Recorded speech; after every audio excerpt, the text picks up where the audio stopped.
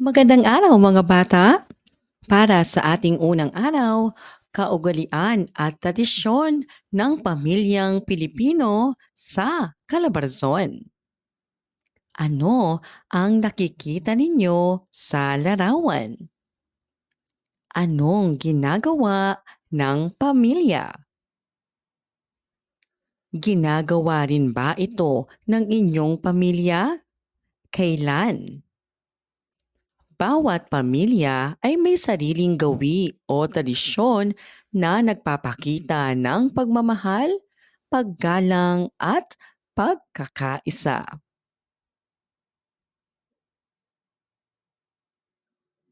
Kilala ang Calabarzon sa makukulay na kaugalian at tradisyon na minanapa mula sa ating mga ninuno. Mga halimbawa ng kaugalian at tradisyon sa Calabarzon: pagmamano at paggamit ng po at opo, pagsasalo sa pagkain, sama-samang panonood ng senakulo, bayanihan o pagtutulungan ng komunidad, pamamanhikan, pag-aalay ng mga panalangin,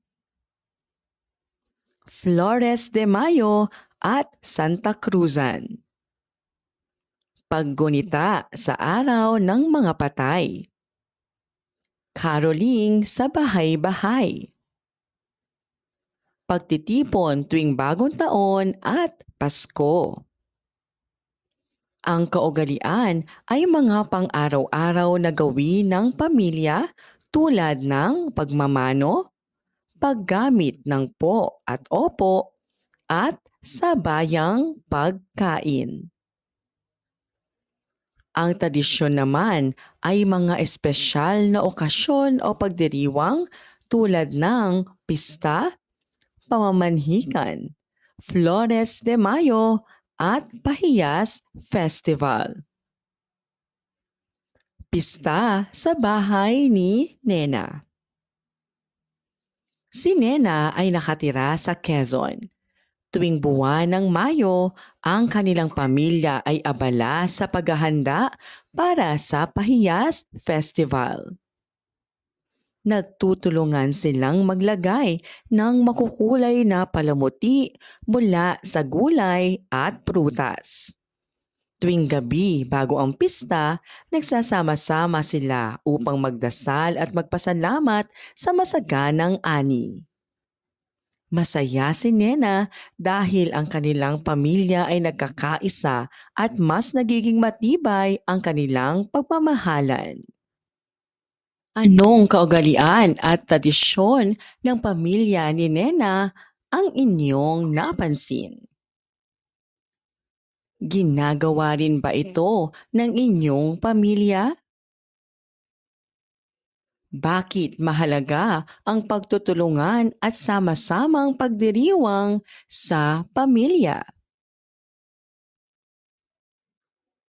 Gawin natin. Isulat ang tama kung ang ipinahahayag ay wasto at mali kung hindi.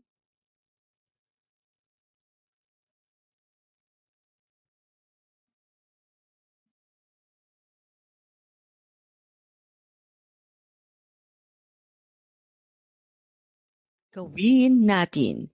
Paggawa ng family tree. Isulat ang pangalan ng mga miyembro ng pamilya. Sa tabi ng puno, isulat ang isang kaugalian o tradisyon na ginagawa ng inyong pamilya.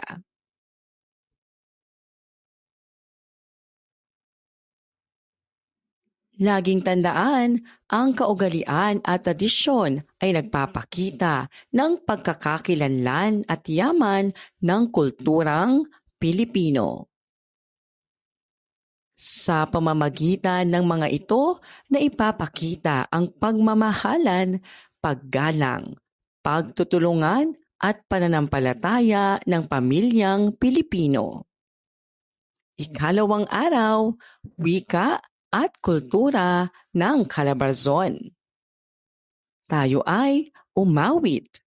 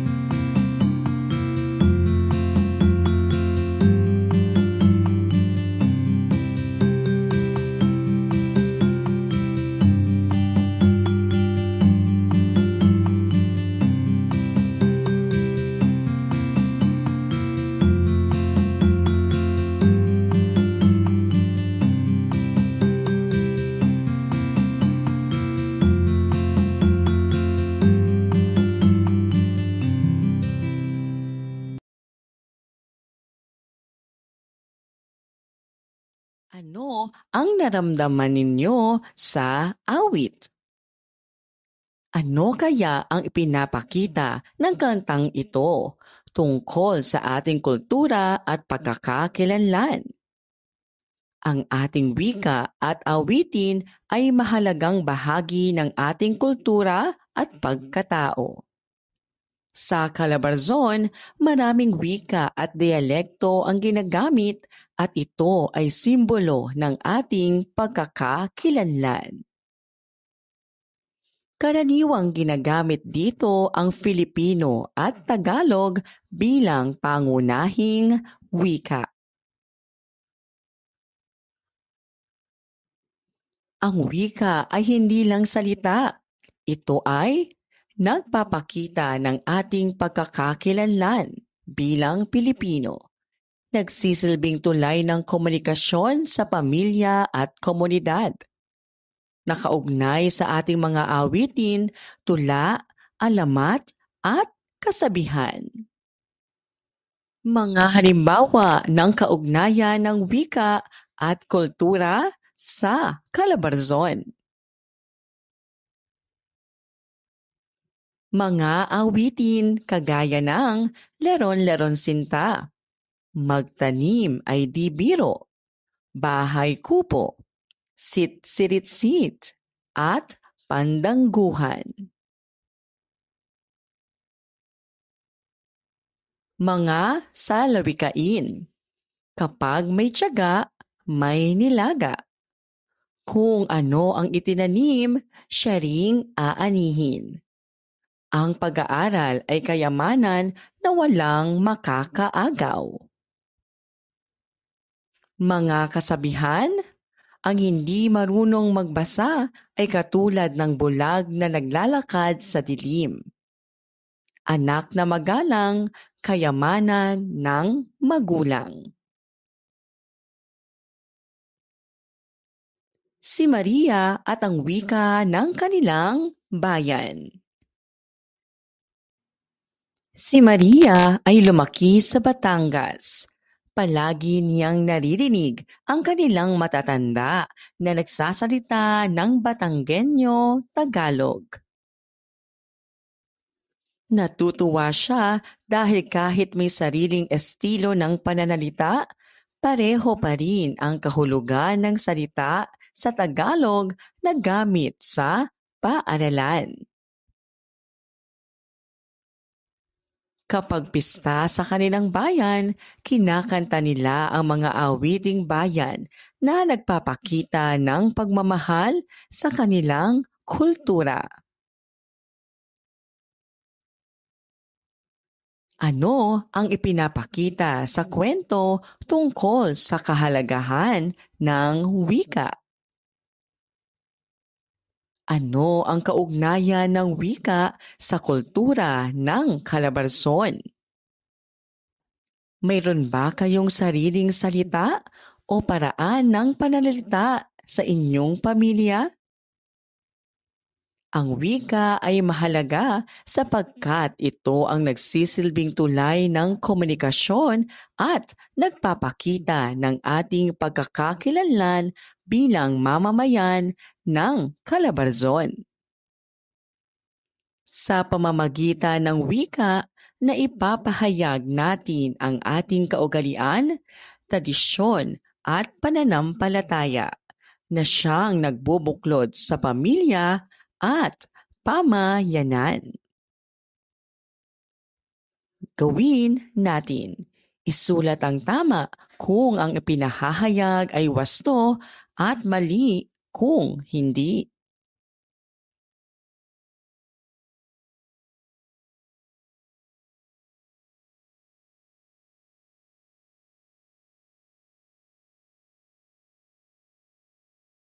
Gawin natin. Patugtuging muli ang sitsiritsit at hayaang gumalaw ang mga bata sa saliw ng musika.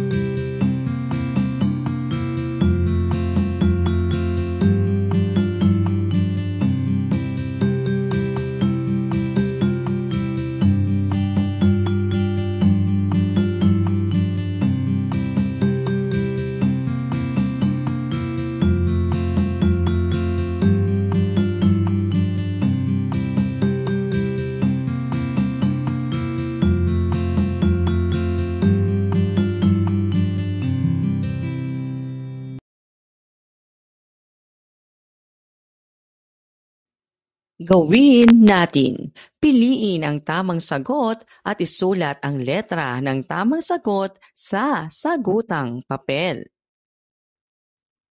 Ano ang pangunahing wika na ginagamit sa Calabarzon? Bakit mahalaga ang wika sa isang rehiyon?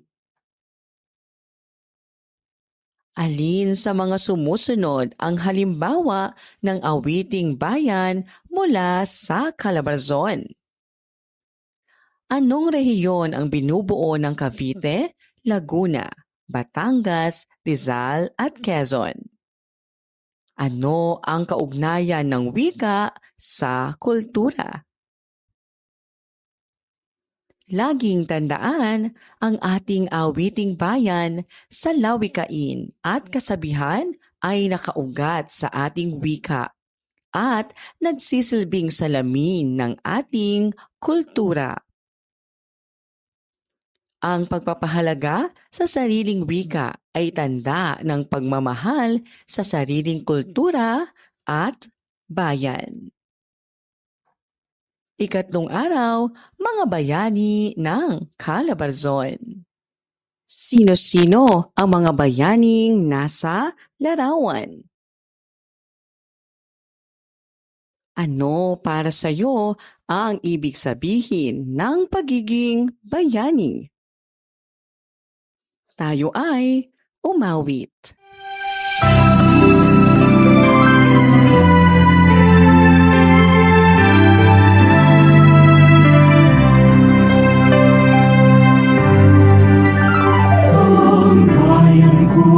Tanging ikaw, Pilipinas kong mahal, ang puso ko at buhay man sa iyong ibibigay.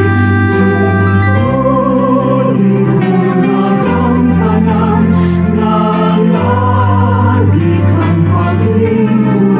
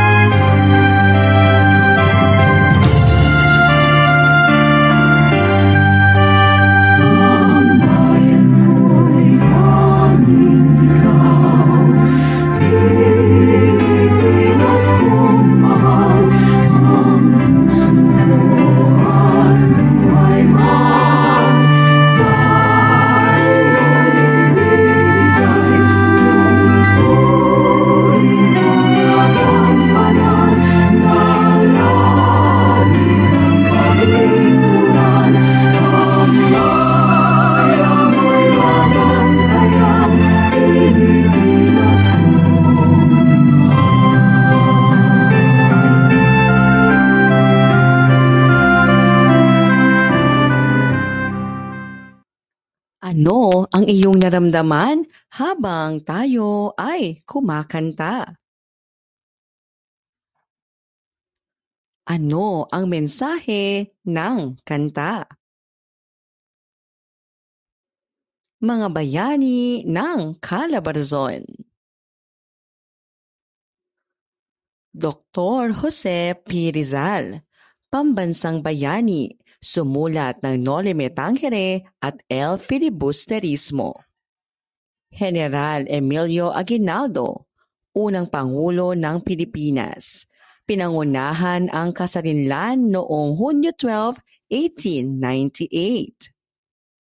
Apolinario Mabini, kilala bilang dakilang lumpo at utak ng himagsikan. Hermano Pule, Apolinario de la Cruz, pinamunuan ang Cofradia de San Jose at lumaban para sa kalayaan ng pananampalataya. Julian Felipe, kompositor ng Lupang Hinirang o Pambansang Awit ng Pilipinas. Kung ikaw ay magiging isang bayani, ano ang gagawin mo para sa iyong bayan? Ang mga bayani ay nagbibigay inspirasyon upang maging magiting, matapang at makabayan. Ang kanilang nagawa ay hindi lamang bahagi ng kasaysayan, kundi salamin ng ating pagkakakilanlan bilang magiting na Pilipino. Ang pagiging bayani ay hindi lang sa digmaan, kundi pati sa pagiging tapat, makatao at makabayan sa araw-araw na buhay. Gawin natin. Isulat ang tama kung ang ipinahahayag ay wasto at mali kung hindi.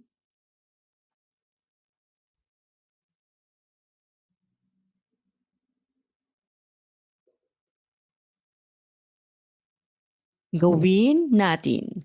Piliin ang tamang sagot at isulat ang letra ng tamang sagot sa sagutang papel.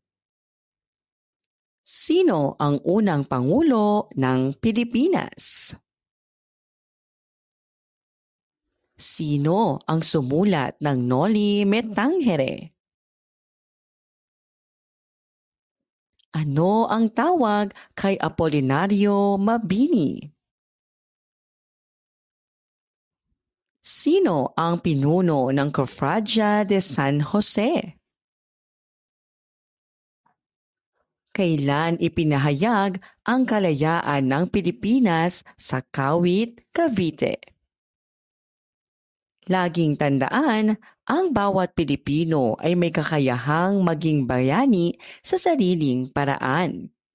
Ang mga bayani ng Calabarzon ay huwaran ng katapangan, pagmamahal at sakripisyo para sa bayan.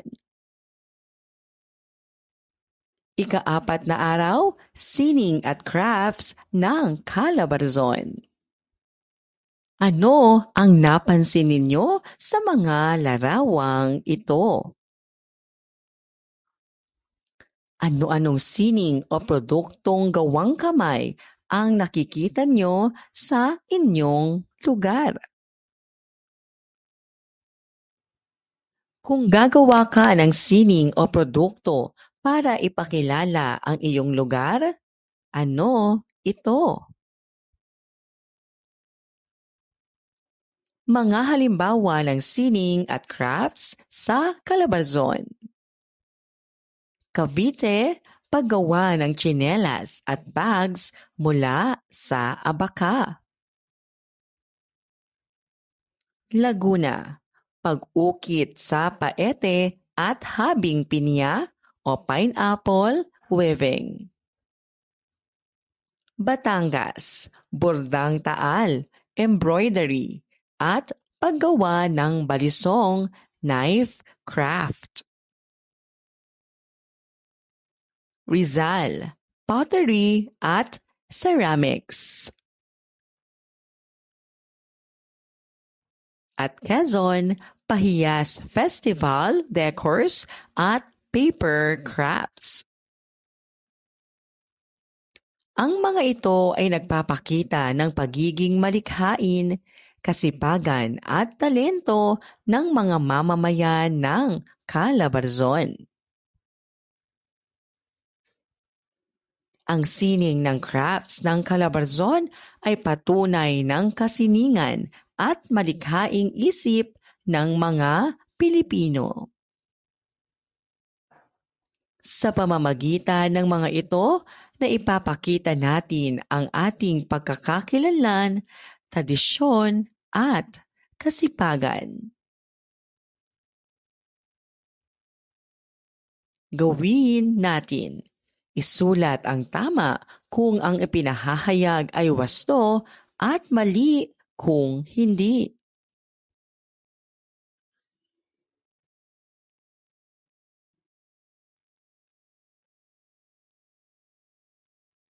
Gawin natin. Paggupit at pagdidikit para makagawa ng miniature festival decors. Maraming salamat po sa inyong panonood at pakikinig. Hanggang sa muling pag-aaral ng asignaturang makabansa. Paalam!